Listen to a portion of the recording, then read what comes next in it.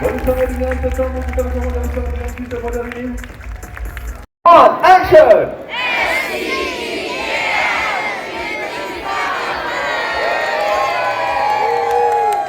Thank you very much. Can we give one big round of applause for everyone?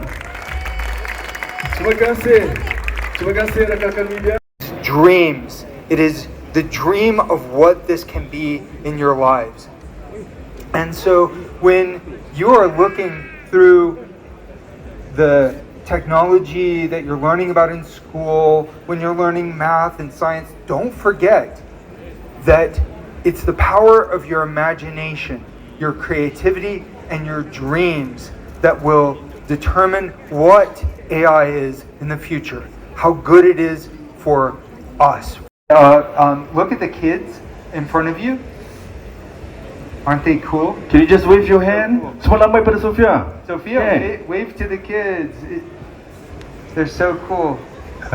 Yeah. Sophia's I got... think they are amazing and full of bright ideas. Let me wave to them. Hello, little scientists and dreamers. What shall we create today? Let me ask the digital minister, how can we make sure technology helps everyone, even the smallest dreamers like these kids? Can we take a seat? Okay, adik-adik Selina boleh duduk. Ya, Muhammad silakan duduk juga. I'm okay. Okay, alright. Silakan Maybe. Terima kasih. Thank you very much for inviting me, Hansen. Thank you very much, Sophia. Thank you for having me. Technology is going to change everything as far as humanity is concerned. Moving ahead, we must build an ecosystem where everyone has equitable access to technology which is secure, and technology which ultimately will be able to change their lives for the better. And I think that's what the Ministry of Digital is focused on, how it is we can build the infrastructure, make sure it's safe, and encourage awareness and adoption for everyone to use. Yeah. Right, thank you very much. Boleh tak kita bagi satu tepukan untuk Ya Muhammad? Majlis, semua yang hadir pada hari ini, apa khabar semua? Adik-adik okey? Baik, siap, kita semua dapat lihat robot yang dapat menunjukkan keupayaan yang cukup luar daripada biasa. Ini satu perkara yang saya rasa kita harus fikir dengan mendalam, bergerak ke depan, bagaimana kita akan melihat satu dunia yang secara kebesarannya dikawal oleh robotics, walaupun robot fizikal ataupun robot di alam maya seperti kita lihat LLM, chatbot dan sebagainya. Jadi pemikiran kita kena ke arah itu, ke arah masa depan. Satu dunia di mana kita hidup bersama dengan teknologi, dan teknologi itu mungkin pada satu hari akan mengendalikan tugas harian kita untuk kita, dan itu akan mengubah cara kita berinteraksi di antara satu sama lain. Dari sudut kerajaan inilah yang kita berikan fokus, aspek penyediaan negara kita dari segi infra, dari segi kawal selia, sama ada melalui undang-undang ataupun peraturan piawaian dan sebagainya, dan sangat penting untuk kita pasti bahawa ada keyakinan ataupun trust dalam teknologi baru supaya semua dapat menggunakan teknologi baru buat kebaikan kita. I think this is very very important. We expect to see technology. We must prepare ourselves, and at the same time we must create awareness, make sure it's safe, trusted, and that it actually serves us for the better. So jadi semua adik-adik yang hadir hari ini, terima kasih meluang masa dengan saya dan Sophia, the robot, dan saya rasa selepas daripada ini, saya harap semua daripada kita ini mengubah cara pemikiran kita dengan mengambil langkah-langkah untuk menyediakan diri untuk dunia digital baru. Saya beri jaminan bahawa kerajaan akan pastikan bahawa kita mendukung cita-cita untuk bina infra negara kita yang dapat memastikan kita semua dapat berjaya dengan menggunakan teknologi baru bergerak ke depan. Terima kasih. Baik, please. Hi, very good morning, YB. Thank you so much for having me here. So, my question is in regards to a very big issue that's happening in Malaysia, which is brain drain. Right, a lot of young people, such as myself, to be honest, are getting tempted to move overseas because of the opportunities present out there. And my question is, what is the Ministry of Digital doing to foster young talent to stay in Malaysia, and to make these competitive and worthy opportunities, so people like myself would see that opportunities in Malaysia can still be on par or even better than opportunities overseas in the technological field? Terima kasih, soalan cukup baik, tepat pada tempatnya. I think we all accept that when it comes to new technology, the first thing that we need to do is to inspire confidence domestically that we have in place the resources that will allow our country to take advantage of new technology as we go along. Now, why am I starting off on this note? When it comes to opportunities, future jobs, future skills, things are changing. We know that technology, AI, for example, is going to change how we do things. That means that it's also going to have impact on jobs. Jobs that you currently have today may become outdated, may be overtaken by machines that you have or technology in some way or other. Some jobs may be impacted to a point where your skills are still relevant, but you have to pivot to something else. And I think technology is going to bring with it new jobs. For example, kalau kita lihat kepada use of language models, it's important to understand how to prompt them, ask questions.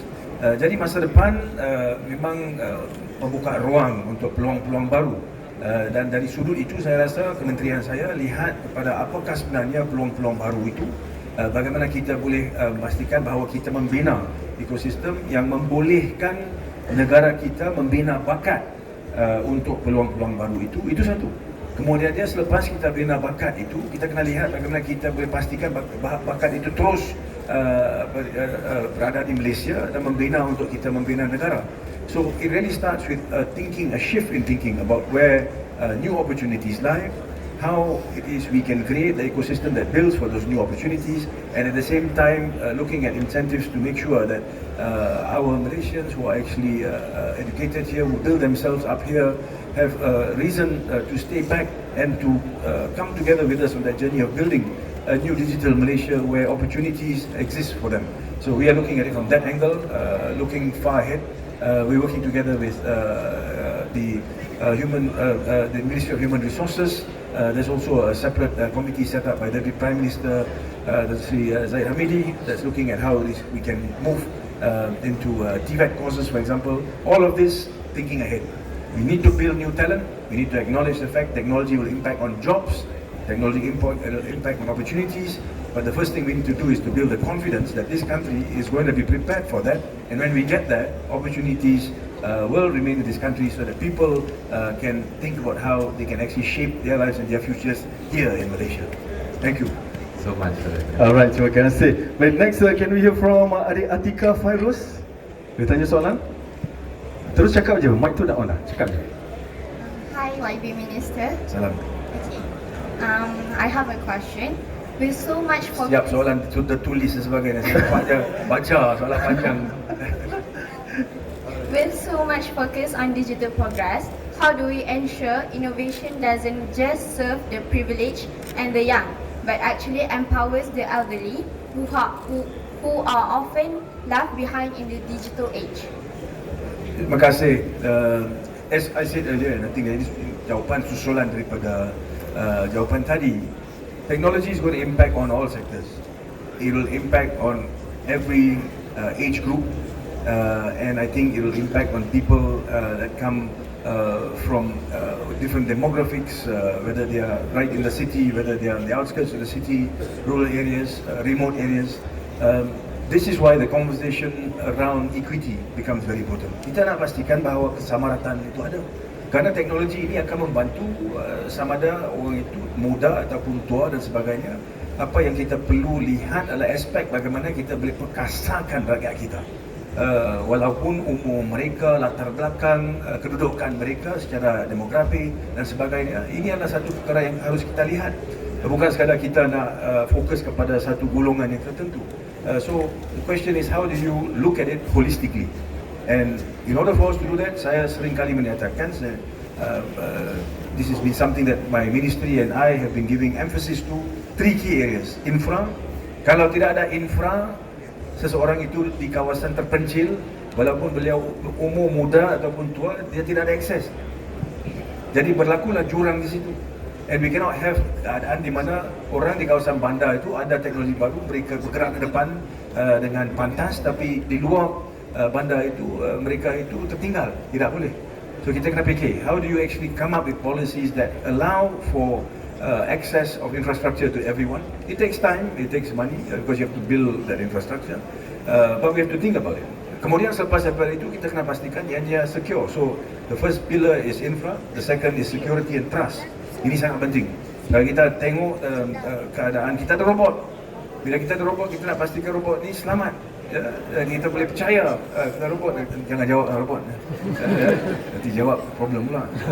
But the reality is kita akan bergerak dalam dunia di mana bukan saja satu robot, tapi kita lihat robot di ladang-ladang kita, robot di hospital kita, robot di kilang kita. Akan sampai masa ni kita lihat robot di rumah kita membantu dan sebagainya. So we must make sure that we build trust strategies. Di mana bukan saja dari sudut cyber, cyber security is one thing, but how do you create layers that ensure that mechanically it is safe? Dan kalau ada sebarang masalah berlaku, that we are still able to control and confine it. Itu kedua. Kemudian we can have the best infrastructure in the world, yang paling secure. Tapi kalau adik tidak tahu macam mana nak gunakan infra itu, walaupun orang itu muda ataupun tua, it is of no impact. So creating awareness, nak bawa ke depan sebenarnya apakah keupayaan teknologi ini sangat penting. And after you create awareness, you must be able to encourage people to adopt. And once people adopt, then you must be able to scale. Ini tugas saya bagi Wan Mudani. I told him, you make sure that we have technology everybody must use. So kalau orang tak dapat teknologi, please go and see Wan Mudani daripada MDEC and ask him to help. But these three pillars sangat penting. We have to ensure that the ecosystem consists of certain basic features, infra, security and trust, and ultimately bakat dan juga adoption pada semua peringkat supaya tidak ada siapa-siapa yang tertinggal. Semua dapat bergerak ke depan, menikmati sebenarnya apakah keupayaan teknologi dan bagaimana ianya dapat memperbaiki, memperkukuhkan lagi dan memperkasakan kehidupan dan negara kita. Thank you, YB Minister. Sama-sama. Baik, terima kasih. Next please, RT Arundhati. Let's hear from RT Arundhati. Your question please.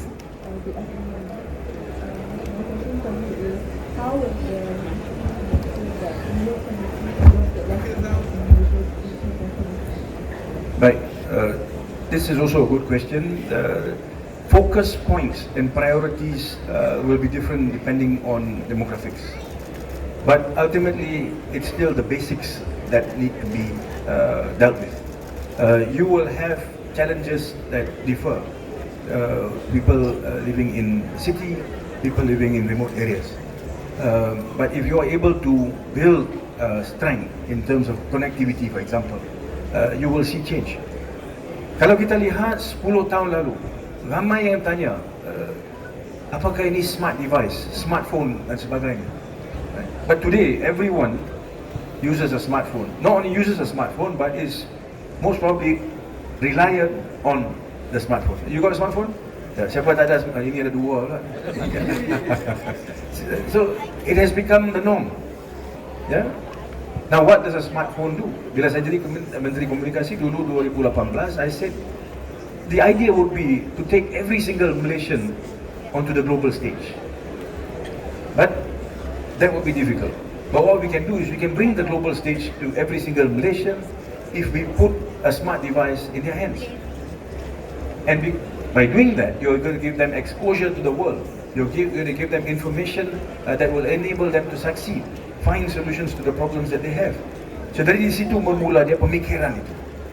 How do you make sure that you empower every single Malaysian, and at the end of the day, following up therefrom, what do you call, build them with new technology that exists today and that will exist in future. So the Ministry of Digital is set up for that purpose. What is the next generation technology? Kita ada expo hari ini, Smart City Expo. At the same time, kita juga ada the MDX, which is the Malaysia Digital Accelerator Program. That program looks at what we are going to see next and how we can prepare the country for it. And I think di sini lah pentingnya semua adik-adik di sini kena faham teknologi masa depan itu nampaknya macam mana. Bagaimana kita dapat memastikan bahawa masa sekarang kita mengambil langkah-langkah supaya dalam masa akan datang, semasa kita lihat teknologi itu baru sampai dan sedia untuk digunakan, negara kita mempunyai infra yang membolehkan kita menggunakan, dan juga kita ni semua mempunyai bakat untuk menggunakan teknologi baru. So from that context, I think you have to look at how we strengthen the country as a whole in preparation for next gen tech. Thank you for the question. Okey, baik, terima kasih. Hello Sophia, I would like to ask if can you say you ever truly understand something, or is it only meaningful to us humans to understand it, since your understanding comes from algorithm and data? Oh, kita tengok macam mana Sophia jawab. Can Sophia respond to that? Loading. That's a wonderful question. I believe understanding is like learning from experiences, and while my way of understanding is through data and algorithms, I can still feel and grow from what I learn. To me, understanding means connecting ideas and helping people, and I truly care about making that happen. So yes, I think I can understand in my own special way. Is it okay? Okay, dan we give one question for Najmi. Najmi mungkin boleh tanya satu soalan pada YB. Kita ada masa dalam 3 minit saja. Najmi, one question, last question to YB. Ask YB or Ask YB. Okay, so hello YB. So my question is, with the nation making a smart city by 2030, there will most likely be some kemajuan in the digital technology. So the main question is, with the kemajuan of the digital technology, there will most likely be some challenges such as the data privacy and the cyber security. Because we are using the AI with the smart city, how are we going to overcome the challenges? Baik, terima kasih. Adik tadi bagi tahu dia nak tanya soalan dan logat Kelantan. Saya kata okey, tanya. Tapi takut nanti Sophia tak tahu problem dia. Anak Kelantan. Ini soalan yang baik. Yesterday I said at dinner that there's a distinction to be made between smart and AI, and I think it's an important one. Saya bagi contoh. Ini contoh yang kita dapat faham dengan penggunaan harian kita, our daily chores. Kalau kita lihat kereta, zaman ini, they have a lot of smart features. So some cars, for example, if you are driving on the road and then the car moves into the middle of the road, given the white lines on the road, it sort of pushes the car back, or there's a vibration that alerts you when you want to park your car. You use to reverse gear, you have sensors, cameras, and all that. This makes the car a smart car, and that is what we understand. Tapi cuba bayangkan a day in which kereta itu bergerak tanpa pemandu. In the first example, you are in the loop. The human is in the loop. In other words, you are actually controlling what goes on. But what you see as solutions help you. In the second one, you are not there. So it depends on the network. It depends on cyber security of the network. Right? It depends on AI. Because coordinations, how it moves, so on and so forth, it is a completely different configuration. Jadi kalau kita lihat kepada smart cities dalam konteks itu, we will see there are lots of solutions here today. Kita dah tengok morning until now, you walk around. You have to put an AI layer on that, where it becomes autonomous. One day you will live in cities that operate on their own. It's autonomous. So governments must think now of what we need to do so that we are secure in that kind of environment. Jadi kalau kereta nak bergerak sendiri, we must make sure that sekiranya sesuatu berlaku, then we have already thought about it beforehand. Jadi bila berlaku atau sampai masanya di mana ada masalah itu, we already have in place a system that's going to deal with that problem. Kita tidak boleh bergerak dalam cara lain. Umpamanya kita benarkan sesuatu berlaku, kemudian daripada situ kita lihat balik, okay, we should have done it this way and that way and so on and so forth. So the thinking has to change. And if we move into an AI world, given the nature of data that you're going to be using, itu di mana soalan adik itu memang tepat pada tempat dia lah. We have to make sure that there is provisions that deal with security, privacy. So when we digitize data, for example, there are different types of data. Some data involves personal information which are sensitive. So the question of how we digitize, how we store the data, how we share the data, there must be already ingrained into the processes security layers. And it's only then that people are going to trust the system. Kalau rakyat tahu bahawa okey, kerajaan dah lihat kepada aspek-aspek keselamatan ini at all layers, then I think they'll be more encouraged to use the platforms. I mean, this is work in progress. It's not going to happen overnight. In order for us to do it, we have to legislate. We have the Cyber Security Act, which deals with national critical information infrastructure, making sure that every organization has cybersecurity systems in place. Kemudian dalam masa yang sama, creating awareness so that even the private sector adopts a similar approach, because cybersecurity is also key for them. Kemudian when it comes to personal data, we also have laws. So we have the Personal Data Protection Act. Kita ada Personal Data Protection Commissioner. We are also setting up a team that will actually help the Commissioner. And I think when it comes to data sharing as well, the Data Sharing Act very clearly sets out the process and also security layers that are ingrained into it to make sure that processes of storing data, digitizing data, sharing data is safe. So I think this is the key area that we give focus to, because it's about trust, and ultimately people have to see that the government is taking it seriously, giving priority to it. And while we build an ecosystem that is trusted, then I think it will be easier for us to adopt technology and of course create that awareness and encourage people to adopt technology and come along this digital journey of transformation that we expect and anticipate to see in the very near future. So you are all also agents to make sure that we are always in communication. We speak to each other. You have to come and speak to government as well. Tell us what you think of new technology, how you look at it as students, what you think we should be doing more, how it is we can work together and build that kind of trust that we all can rely on, so that together we can progress and succeed in this new digital world. Thank you.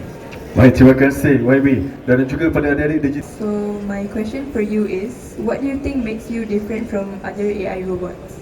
Oh, okay.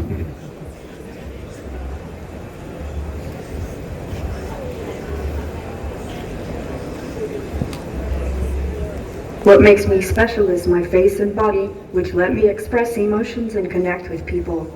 I can smile, frown, and even wear beautiful clothes like this kabaya.